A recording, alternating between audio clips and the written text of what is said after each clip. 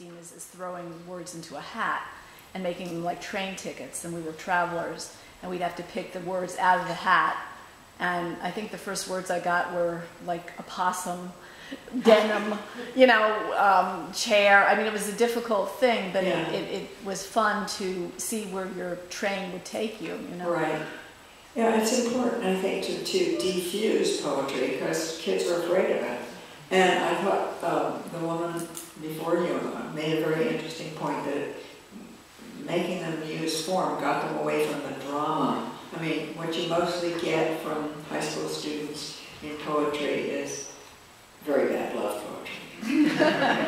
Poems about beauty, and I say to my college students about, you only get 3 uses of the word beauty in a lifetime.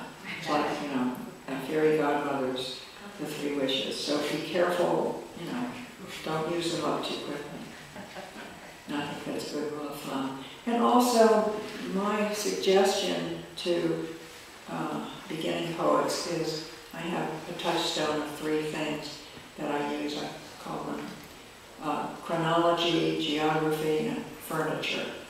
And the furniture comes from a student who was very cross, very angry at me.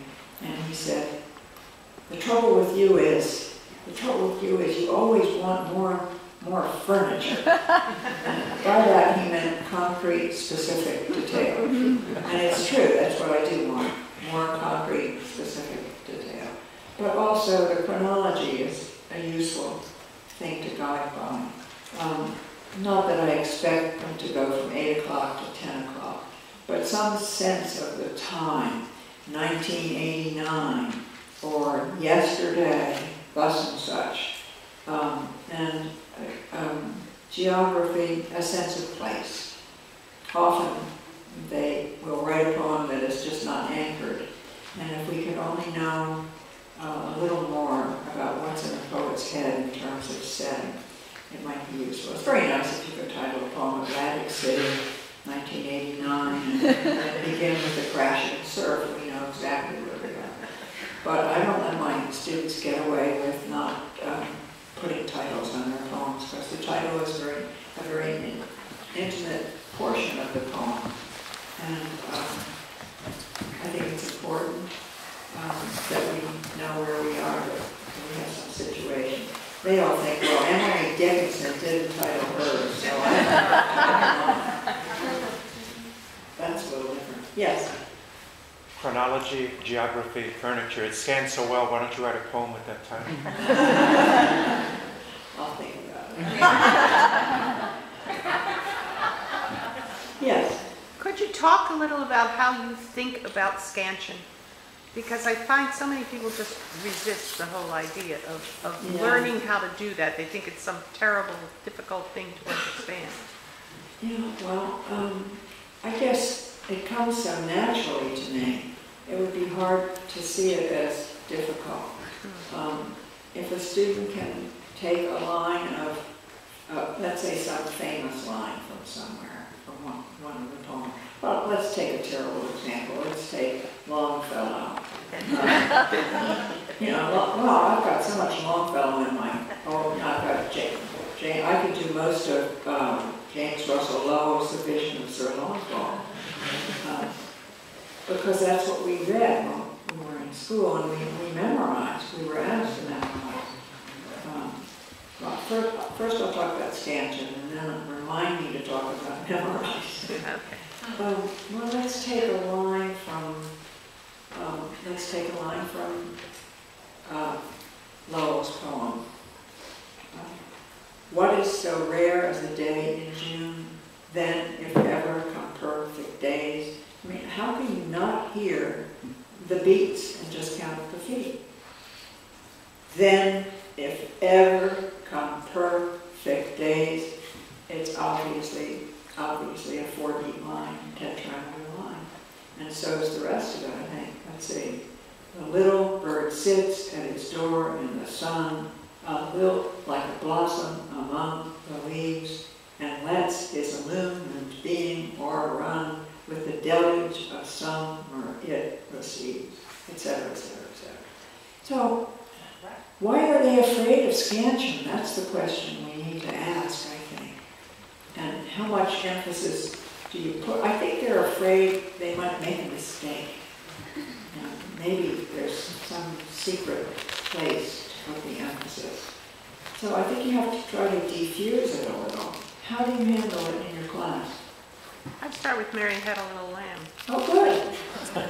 And can they do that? Yeah, and you can begin to see variations, because there are a couple of places where Right. there are variations. Right. So they can see Mary Had a Little Lamb. Actually, I start with Please Pass the Salt. And then we do Mary Had a Little Lamb. And that's harmless, and they can kind of laugh at it. And then they can begin to hear things. And then we can move into more serious stuff, where they can see. And usually I start with some things that have some tremendously obvious variations.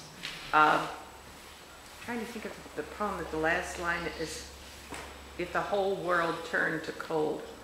It's got all the spondies in it. And, you know, again, as you say, who cannot hear that? Right. And they can see that a poet uses the scansion to vary the texture, which you always have to do. Yes. Yeah. Because otherwise it gets to be Longfellow-y, sing-songy, you know. Tell me not in mournful numbers, life is but an empty dream, for the soul is dead that slumbers, and things are not what they seem. That's all the way through. The message may be passionate and wonderful, but you're asleep before you get it. I think what you said about teaching scansion is a wonderful ploy. It's the perfect way to get into it. So they must absorb a lot from you. Hopefully. Yeah, would be my guess. Yes. I use nursery rhymes too, and then if there's I have a drum, so I would find a drummer in the room, and there's always somebody who's very eager to beat the drum and beat out the rhythms. Oh, terrific. They just don't like the terms, sometimes the terms for some reason. I've had graduate students who couldn't tell a trochee from a tree limb. They never learned any of the terminology. They don't know what caesura is. They never heard of synecdoche. Well, maybe those things are not necessary to the world of poetry today. You can get excited about the terms and talk about, okay, the power of the spondee. Really get them fired up. Yeah. And that way, and they can easily learn assonance and consonants, and certainly alliteration, Gawain and the Green Knight, and they can play with alliteration too. You can ask them to write lines that are in which everything alliterates except for maybe one or two words. So that using a drum sounds like a wonderful idea. I like that. Yeah. Is it possible that you forgot to talk about memorization? I have a terrible memory. Well, I think probably because I memorized so many poems in grammar school, and I have so many poems in my memory bank. When I was recovering from that accident in 1998 that nearly killed me, it was a carriage driving accident, and I was a long time in rehab and learning to walk again.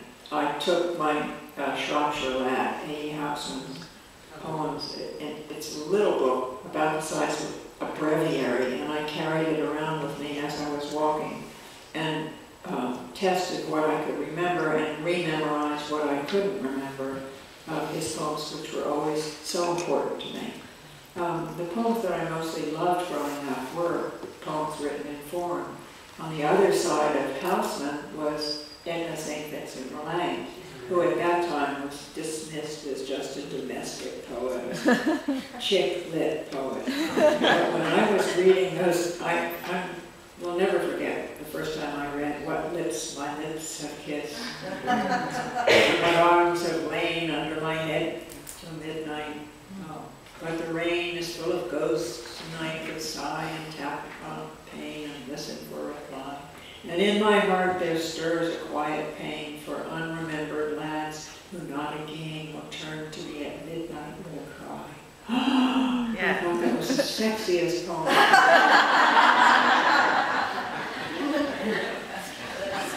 And of course, now Malay is in the canon.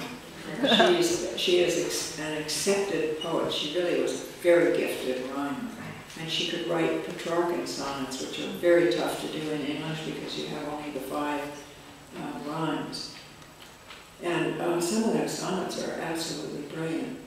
So it's nice to see that there are biographies of her life, that her sonnets are collected, that there's also collected poems by Edna St. Vincent Millay. And she wrote some wonderful, if you want to call them political poems. She wrote a remarkable poem upon the assassination of Sacco and Vanzetti, if that means anything to you, and it does. I can see that it does. And that was printed in the New York Times on the editorial page. That's a wonderful poem. It's the perfect political poem, or it's the perfect poem to set next to the event, because she doesn't allude in nowhere in the poem does she speak of the actual, did they hang them or shoot them? I can't remember which. I think they hanged them. Don't say hung them. I think they were hanged. I'm not absolutely sure. It was what, 1926? Something like that. Anyway, I'm gratified that she has joined the canon alongside Marianne Moore and Elizabeth Bishop, who were really the only ones admitted for so very many years. When Marianne Moore received an award from the Academy of American Poets, the person who presented the award said, I want to welcome this woman poet to the assembly. And I'm trying to remember who it was. One of the male poets jumped up and said, she's not only the first woman poet, she's the first Jew, she's the first Negro, she's the first, whatever, which was amusing and a wonderful statement. Those were very different times. We've come along.